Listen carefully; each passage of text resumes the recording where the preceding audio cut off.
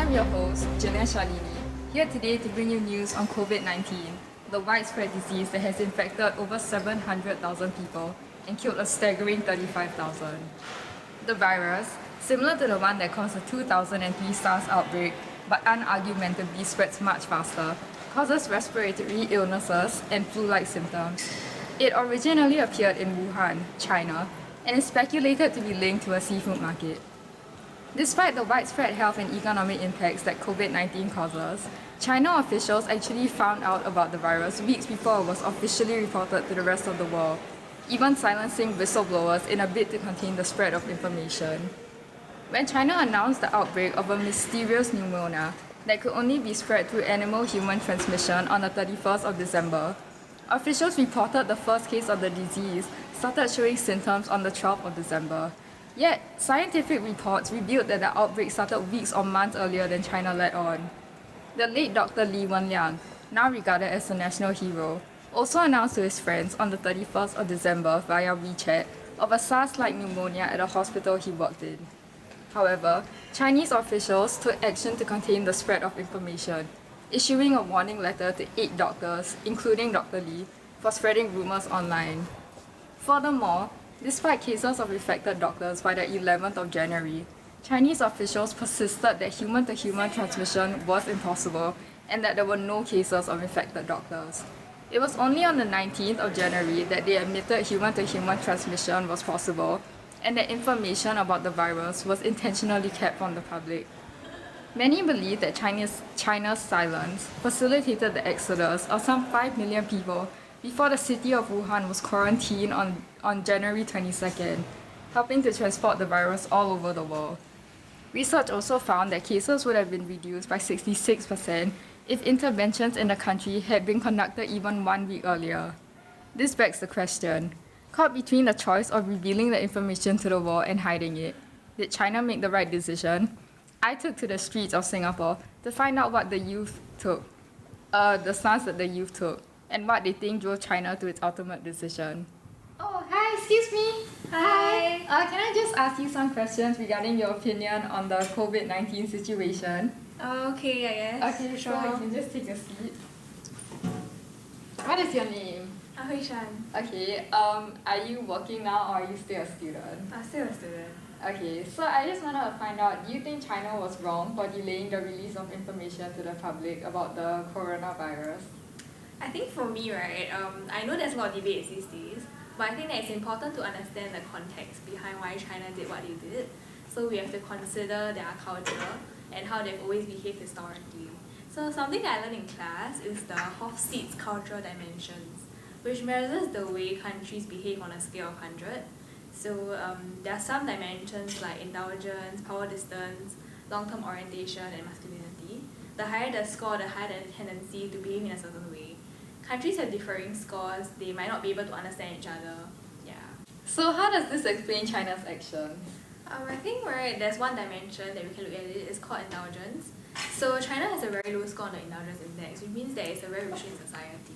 So in that case, people tend to be raised under very strict regulations under the government. So they have limited free speech and limited liberties, and they get very harsh punishments when they do something wrong. So this could explain why there are very few people who spoke out against the government. And the voices that counter the government's voice were actually silenced because they've always been used to clamping down free speech. And another thing is that they score very high on the power distance index, which means that they really differentiate people who have a lot of power and people with low power. And in that case, people with high power have a lot more status and privilege compared to those who don't. And subordinates are very unlikely to stand up against their superiors. So the government can be identified as a superior in this case. So it could be why no one was willing to express their disagreements about the initial spread of the virus in China, except a very few people who were eventually silenced anyway. Thirdly, there was another index I learned in class called the Long-Term Orientation Index. China ranks very high on that, which means that it's a very pragmatic society. So in this kind of society, I also learned that the truth depends very much on situation, context, and time. It could be possible that the Chinese government believes that the most pragmatic approach at that point of time was to, stay calm and not cause widespread panic. So they silenced people who were warning the rest about the severity of the situation. And finally, the last index I would want to share about is the masculinity index. So China is ranks very high on the masculinity index, which means that the society is kind of driven by competition, achievement, and success. In this case, China's need to ensure success can be exemplified by how they were willing to sacrifice individuals they thought because they believed that it would benefit the country as a whole and for the pride of the country.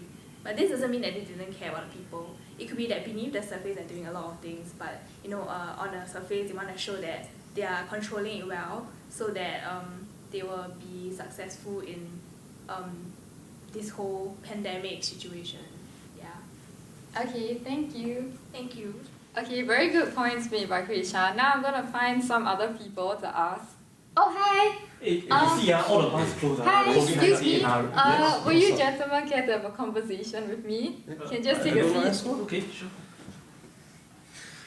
Okay, so I just wanted to find out your take on this whole COVID-19 situation. Do you think what China did was ethical when they delayed the spreading of information to the world? Okay, so I feel that China, what they did was very unethical. So firstly, they actually broke certain rules of deontology. So with regards to like the scientists saying all this, right? They broke, let's say, categorical imperative. People should have the freedom to get information, but then they blocked the Chinese people from getting information. Next, practical imperative, they actually violate this rule. They sacrifice people of Hubei province just to maintain their own goals of maintaining political control. Lastly, they broke the golden rule. You should not do unto others what you wanted them to do to you. So you block them from getting information. You're not going to be happy when they block information to you. So that's why I think China is unethical. Next, using utilitarianism. So China's saying that the ends justify the means. But then the thing is that China, by blocking all these whistleblowers, they actually resulted in this whole situation escalating. Because you never tell people, after they go and travel, they go and do whatever activities, that could have facilitated the spread of the virus. And because of that, I think that the Chinese government actions are unethical. I agree with you. But I think there might have been some miscalculation of the utility of the actions. And the Chinese government may now have known that the severity of the entire situation in the beginning, and at the point of time, they would not have known that the virus would spread so easily and result in so many deaths. Perhaps they wanted to find out more before releasing any information about the virus. Hypothetically, if the virus did not turn out the way it is, it might not turn out so bad, right? Doctors might have released negative information that might have caused widespread panic, that might have severe implications for the Chinese government, and as such, the Chinese government action may not be that unethical. Wait, but see, I still got another point. You see, China actually used moral justification to sort of like cover up their actions. Tell me why. They go and portray their actions as very, for the greater good of the country. You got to maintain, the social stability, you don't want people to panic. But then, all in all, they're just covering up the fake news. So, China is actually very unethical. Okay, well, I now want to know what models do you think China used to arrive at this decision? Okay, I have a lot to say on this. So, let me tell you, okay, upon making the models of judgment and decision making, we may decipher the methods upon which China reacted to the pandemic, as well as the potential cognitive biases that might have directed their decisions, albeit poorly. The biases that China has acted upon were mental shortcuts in actions, in part due to the short reaction time allocated, and in part due to the existence of past protocols such as reaction to SARS. While timely, it may have introduced errors into China's thinking. So this is an argument of intuition versus rationality. So first, let's talk about bounded rationality. It's a response to a complex problem by reducing the problem to an easily understood level. So China simplified the problem to an issue of immediate national identity, which they saw as the potential of rebellion by the Chinese citizens. If they had managed to hide it, they would be able to avoid a huge controversy and criticism from outside sources, and thus choose to cover up the situation in act of saving face. The immediate reaction to a situation may be described as a reiteration of previous solution, as first seen in SARS, which presented itself as the first available option, if not the most optimal. This form of thinking focused on a narrow set of criteria, being self-preserving for the government, which provided an inaccurate estimation of the situation, and this inevitably lead to the gross miscalculation of severity and ultimately sacrifice the original intentions along with hundreds and thousands of lives of the citizens. My next point is confirmation bias. Overestimation of information that's available where information that comes to mind is perceived as most representative. So information presented to the Chinese government is selective and identified with positive outlook on the pandemic. Any other form of information that does not coincide with this aforementioned and biased selection of news are immediately silenced. For example, news organizations were threatened not to spread fake news and were forced to sign a contract that stated that previously stated information were false, even if there were clear signs presented in opposite direction. To a certain extent, the Chinese government may have underestimated the situation and perceived it as an issue that could be swept under the rug. As such, confirmation bias is formed and delays the situation to an uncontrollable pandemic. My next point, Abelin's paradox. A situation where a group may make a collective decision that is counter to the thoughts and feelings of individual members. So, information was clearly a major factor in this decision-making process of the situation. The techniques presented by the government and its stance were ignored in favour of the collective decision of the government to cover up the incident and its severity. This is seen in the silencing of dissemination of information and naysayers as evidenced by the disappearance of Dr. Li Wenliang. Ideas that were in opposition to the government were of individuals despite positions of authority and power. The government clearly acted, in popular opinion of its own, that the situation would not get worse, as well as the tangible benefits of hiding the crisis from its citizens and the rest of the world. My next point is escalation of commitment.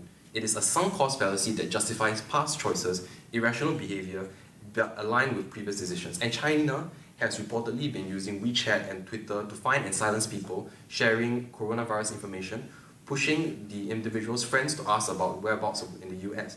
Another case would be that officials visited the individual's house in Dongguan and telling him that his tweet was an attack on the Chinese government, confiscated his phone and made him sign a statement to not repeat the so-called threat. China evidently has failed to realize its own mistake of covering up the pandemic and only finally making known when things become serious, and is still insistent on its past actions to cover up for her misdeeds.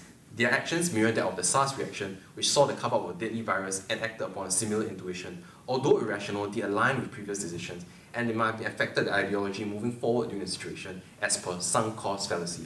To reiterate, the actions escalated in severity in the crisis heightens. In an attempt to justify the past choices, the Chinese government chooses to maintain the current state, which may signify status quo bias, and the sacrifices made by the citizens of China who had gone against the government were justified as the ends justify the means, and all would be justified if they had successfully quelted the crowd and hid the situation. Wait, but then you say China's so bad, right? But then China's decision to actually use the intuition model might not be that bad. If there were past models and experiences that were successful in the management of a dire crisis, it would be pertinent to deliver a swift response simply due to the lives you can save with speed. As the death toll is exponential to the spread, the sooner a response is made, the better. Furthermore, their decision was made as a collective, which often will disperse incorrect solutions, utilizing the resources of the group and improving their problem-solving ability. However, it is evident that the priority regarding this scenario was not the lives of the people, nor were the group utilizing their resources to solve the crisis, but rather to hide it. Their usage of time was done in a manner to delay the inevitable, which may have in part be due to the group dynamic that enabled diffusion of responsibility to the lives of the Chinese citizens. As such, it's impossible to morally validate the Chinese government. Okay, thank you for your points. Wow, what a heated debate from those two. Oh, hi, excuse me. Do you want to join us for a conversation? Sure. Is this the camera? Yeah, but Oh. you actually have to sit here. okay, If not, okay. you're too close. Sure. So, Hello. Yeah, make yourself comfortable. Yeah. Yeah, I just wanted to find out, among all the criticism that China is receiving for its role in the virus outbreak, do you think that they actually did anything right when it came to handling the outbreak? Okay, so before we decide how right is China in handling the outbreak, let us keep in mind that China is a traditional and conservative country where there lies a strong history and culture that made it a global power like what it is currently. And today I'm going to break it down for you. Eliminate biases in their considerations and look at things from a fresh point of view. Initially, China was criticized by the WHO for their slow response and for intentionally hiding the virus from the public. This decision encapsulates many of their cultural biases, and in my humble opinion, a more globally accepted and objective decision would be to consult the WHO on this new virus, as although this new virus is related genetically to SARS, the symptoms and outcomes are widely different. So following that, China broadened the criteria for coronavirus cases. From the initial laboratory confirmed cases, citizens were left out under the old counting system for those exhibiting symptoms of the disease but not yet tested positive would now be added to the list of cases. In doing so, they were applauded by WHO for a move towards transparency. However, the fact that they skewed their criteria in order to portray a better image and downplay the seriousness of the virus lack the transparency towards the world. Personally, in my humble opinion, I feel that China should employ a rational decision-making system. They need to begin by identifying the aforementioned biases and recognize themselves in these biases. To counteract their sunk cost behavior, they need to seek out the views of the citizens on the matter. They should also examine why admitting to an earlier mistake distresses the government's image, and instead be ready to apologize for the loss of lives. China should definitely be more aware of potential sunk cost biases in their decisions and recommendations from the citizens, and even potentially reassign responsibilities to these naysayers to call out on their future mistakes. This provides an outside, unbiased advisor to serve as a sounding board during a critical decision-making process, who has no vested interest in this situation. Techniques such as the devil's advocacy and dialectical inquiry can help stimulate constructive debate and protect against cognitive biases. All in all, it's in my view that China's cultural biases had led them to garner widespread criticism, and they definitely could have done better through their actions. Friend, I disagree with your opinions. Let's take a look at what China did. So China has done well in several aspects. Firstly, the scale of containment efforts has been extraordinary. Almost 60 million people were placed under lockdown in Hubei province alone. This could be attributed to the concept of loss aversion. The Chinese government recognized the huge loss of lives as the number of cases started to surpass 70,000 and thereby switched from saving their reputation to saving lives instead. Top officials including Hubei and Wuhan's top political leaders were fired for underreporting figures, threatening whistleblowers and mishandling the outbreak in Hubei. This can be seen as a move towards greater transparency and information control. So in the case of healthcare, new hospitals were constructed. The testing capacity of laboratories also rapidly expanded. Temporary isolation facilities were set up in gymnasiums and event halls to relieve pressure on hospitals. WHO also commended China on its most effective measures, which involves extremely proactive surveillance to detect cases, extensive testing and immediate isolation of patients, rigorous tracking and quarantine of close contacts. For instance, deploying drones to remind citizens to wear masks in public and security guards on patrol of every residence to make sure citizens don't violate the government's containment measures. In conclusion, I feel that China has been trying to make up for its past mistakes in an attempt to restore the international image as they were criticized for their mishandling of the outbreak. While it's true that the Chinese central government is carrying out stringent measures in dealing with the pandemic, these measures have been proven successful as seen from the dip in recent cases. Dear friend, while I do agree to your points, I do concur to mine too. Great job!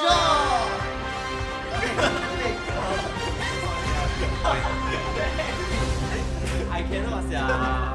Yeah,